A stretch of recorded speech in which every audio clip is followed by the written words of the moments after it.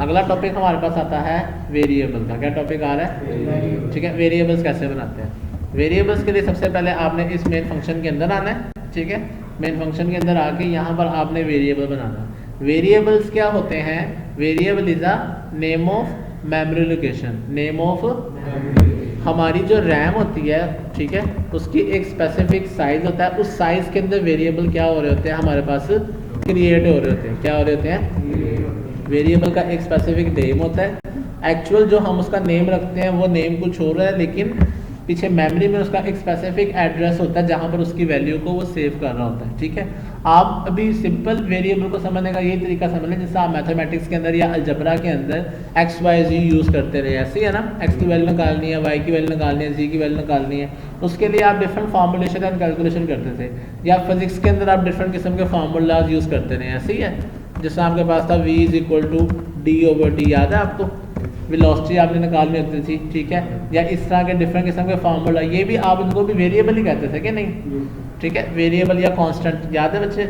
ठीक है, अच्छा, सेम यही कॉन्सेप्ट हम प्रोग्रामिंग में कैसे इस्तेमाल करते हैं। इसके लिए जो हमारे पास तरीका आता है, सबसे पहले बच्चा अपने डाटा टाइप बतानी होती है। क्या बतानी होती है? अच्छा सर, साथ साथ हमें हेल्पिंग मटेरियल के लिए जो टॉपिक्स जो आपने पढ़ने हैं उसके लिए जो हम वेबसाइट फॉलो करेंगे वो हमारी होगी जावा टी पॉइंट। कौन सी होगी? जावा टी पॉइंट पे आप जावा सर्च कर लें। ठीक है, गूगल पे जावा टी पॉइंट, ये आपके पास बेस्ट साइट है। दूसरी आपके पास WC स्कूल भी है, और तीसरी ट्यूटोरियल पॉइंट बेतहाशा साइट्स अवेलेबल है। ज़रूरी नहीं है कि आपने किसी से, जहाँ से आपको समझ आ रही है आप वहाँ से पढ़ें। इवन दैट यूट्यूब के ऊपर बेतहाशा आपके पास प्लेलिस्ट पड़ी हुई है। इस प्लेलिस्ट के अलावा बहुत अच्छी प्लेलिस्ट और भी पड़ी हुई हैं, आप उनको देखें। ठीक है, ज़रूर देखें, अपनी कन्फ्यूजन दूर करें। जो मेरी चीज़ नहीं समझ आ रही मुझे भी कमेंट करें, मुझे मैसेज करें, सर यहाँ पर इस चीज़ की कन्फ्यूजन है, मैं उसको क्लियर कर दूँ। ठीक है, यहाँ तक समझ आ गई सबको?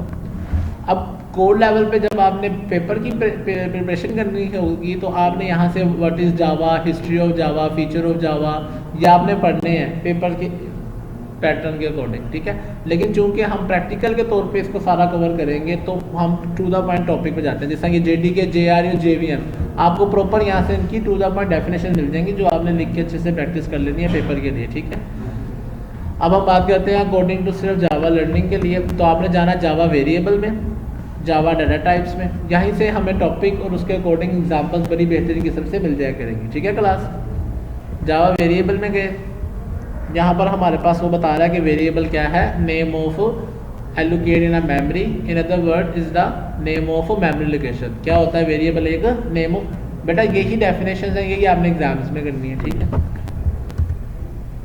जिन बच्चों ने टू द पॉइंट प्रैक्टिकल के लिए प्लेलिस्ट देख रहे हैं उनका कोई कंसर्न नहीं है, उनको बस नॉलेज आ गया, बाकी वो इम्प्लीमेंटेशन के ऊपर फोकस करें। ठीक है, अच्छा, वेरिएबल ये समझ आ गई कि देखो रैम के अंदर हमारे पास ऐसे एक स्पेसिफिक एरिया के अंदर जब हम एक वेरिएबल का जनरेट करते हैं तो वहाँ पर वो क्रिएट हो जाता है। ठीक है, आगे चलते हैं वेरिएबल बनाने का तरीका। वेरिएबल में सबसे पहले जो है हमारे पास, वेरिएबल में सबसे पहले हमारे पास डाटा टाइप आती है। क्या आती है? आगे फिर उसके बाद वेरिएबल का नाम आता है, फिर आगे ये आपकी मर्जी, आपने उसको डिक्लेरेशन करना है कि नहीं। डिक्लेरेशन का मतलब उसको वैल्यू भी साथ ही असाइन भी कर सकते हैं, बाद में जाके भी कर सकते हैं। ठीक है, ये एक वेरिएबल क्रिएट हुआ है बेटा INT टाइप का। INT means integer. क्या मतलब? ये टॉपिक, ये डाटा टाइप्स क्या होती है इसके लिए अलग यहाँ पर डाटा टाइप का प्रॉपर टॉपिक अवेलेबल है। ठीक है, डाटा टाइप्स हमारे पास दो किस्म की होती है। कितनी किस्म की? एक होती है प्रिमिटिव डाटा टाइप्स और दूसरी कौन सी होती है बेटा? Non primitive. Primitive data type ऐसी डाटा टाइप्स होती हैं जिनके अंदर हम जब वो लैंग्वेज बनाई जा रही थी ना उस वक्त ही उसके अंदर जो लैंग्वेज जो डाटा टाइप्स डाल दी गई थी उनको हम कहते हैं प्रिमिटिव डाटा टाइप्स। कौन सी डाटा टाइप्स कहते हैं? दूसरी हमारे पास आती है नॉन प्रिमिटिव डाटा टाइप्स। कौन सी होती है? नॉन प्रिमिटिव डाटा टाइप्स ऐसी डाटा टाइप्स होती हैं जो लैंग्वेज के दौरान नहीं बनी बल्कि बाद में क्रिएट करके उसमें ऐड की गई हैं, और हम भी जो क्लासेस बनाएंगे या हम भी जो अरेज बनाएंगे या हम भी जो इंटरफेसेस बनाएंगे जो हम क्रिएट करेंगे अपने सॉफ्टवेयर के अंदर, वो भी सारी क्या कहलाएंगी? Non primitive data types. आपको मैं डाटा टाइप बनाना भी सिखाऊंगा, आप अपनी डाटा टाइप भी बनाना सीखेंगे इसी कोर्स के अंदर। ठीक है, बात समझ आ रही है? उसके लिए कीवर्ड जो इस्तेमाल होता है वो हमारे पास क्लास का, अरेज का या इंटरफेस के इस्तेमाल होता है। ठीक है बच्चे, अच्छा, तो प्रिमिटिव डाटा टाइप्स ये वो तमाम डाटा टाइप्स हैं जो लैंग्वेज के साथ साथ चल रही हैं, जिसमें सबसे पहले हमारे पास आता है बूलियन, फिर आता है बाइट, फिर आता है करैक्टर, फिर आता है शॉर्ट, फिर आता है इंटीजर। इनकी तमाम की फेहरिस्त नीचे आपके पास गिवन, आप इनको आराम से पढ़ भी सकते हैं, प्रैक्टिस भी कर सकते हैं। ओके, हम चलते हैं इंटीजर के पास। किसके पास? हमारा जो ज़्यादा कंसर्न होगा वो इंटीजर के साथ होगा या डबल या फ्लोट के साथ हो रहा होगा, ठीक है।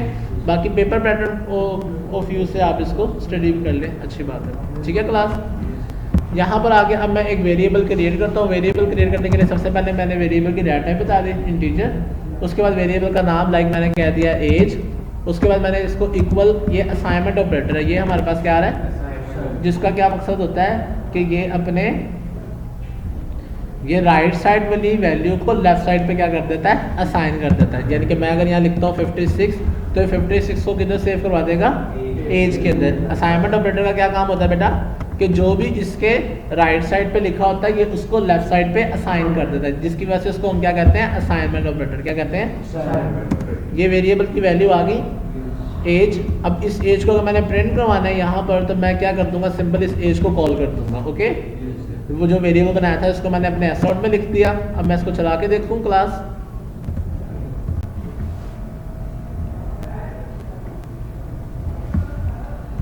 ये मेरे पास आउटपुट आ गई 56, गॉट इट।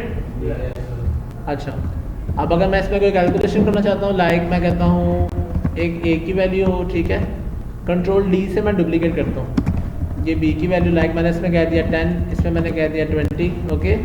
और यहाँ मैं कह देता हूँ a plus B, got it. इसको मैंने रन किया,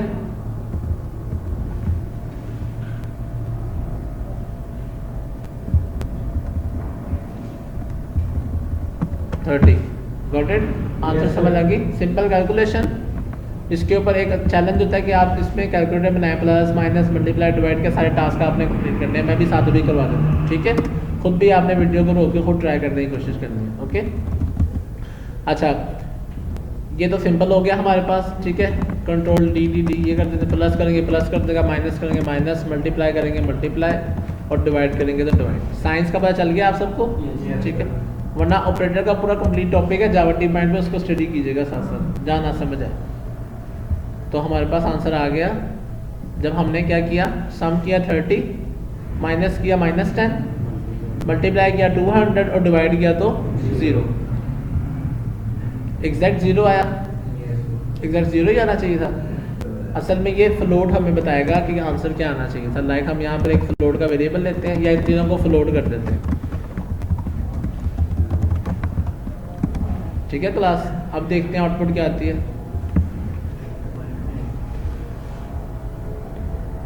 0.5। अब आइए ना पॉइंट में आंसर। जब फ्लोट, अब आपको इंटीजर और फ्लोट का फर्क पता चल गया। फ्लोट हम किसके लिए इस्तेमाल करते हैं, जब पॉइंट्स वाली वैल्यू हो, और विदाउट अ पॉइंट के लिए हम कौन सी यूज़ करेंगे, integer. Got it class. Variable समझ आ गए सबको। यहीं से अगला टॉपिक शुरू हो रहा है कंकैटिनेशन का। कौन सा, अगर आपने इस वैल्यू के साथ स्ट्रिंग भी लिखनी है, जो ऐसे डबल कोट्स में स्ट्रिंग आ रही थी, ठीक है, तो इसके लिए मैं क्या लिखता हूँ, सम इज, और आगे यहाँ मैं लगाऊंगा प्लस, और आगे वैल्यू। अब अगर मैं यहाँ a प्लस बी भी कर दूंगा तो उसको अब यहाँ पर एक एम्बिगुअस सिचुएशन हो जाएगी। बेहतर है कि आप ब्रैकेट लगा दो। क्या लगा दो, ठीक है। अब देखते हैं इसका आंसर सही आता भी है कि नहीं। तो आंसर हमारे पास आ गया सम इज 30, बिल्कुल सही आया। तो इसको बेटा कहते हैं कनकैटिनेशन। क्या कहते हैं, सबको कनकैटिनेशन भी करनी आ गई। कंट्रोल डी से मैं डुप्लीकेट जनरेट करता हूँ और कंट्रोल एक्स से मैं लाइन में कट कर रहा हूँ, ओके। सम माइनस या सब्ट्रैक्ट, मल्टीप्लाई, ठीक है क्लास, और क्या है,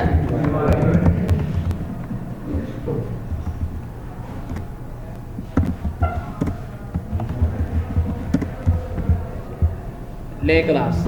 ये आज हमारा कंकैटिनेशन भी हो गया और ये आपका एग्जैक्ट आंसर आ गया। सम is 30, subtract is -10, multiply is 200, divide is 0.5।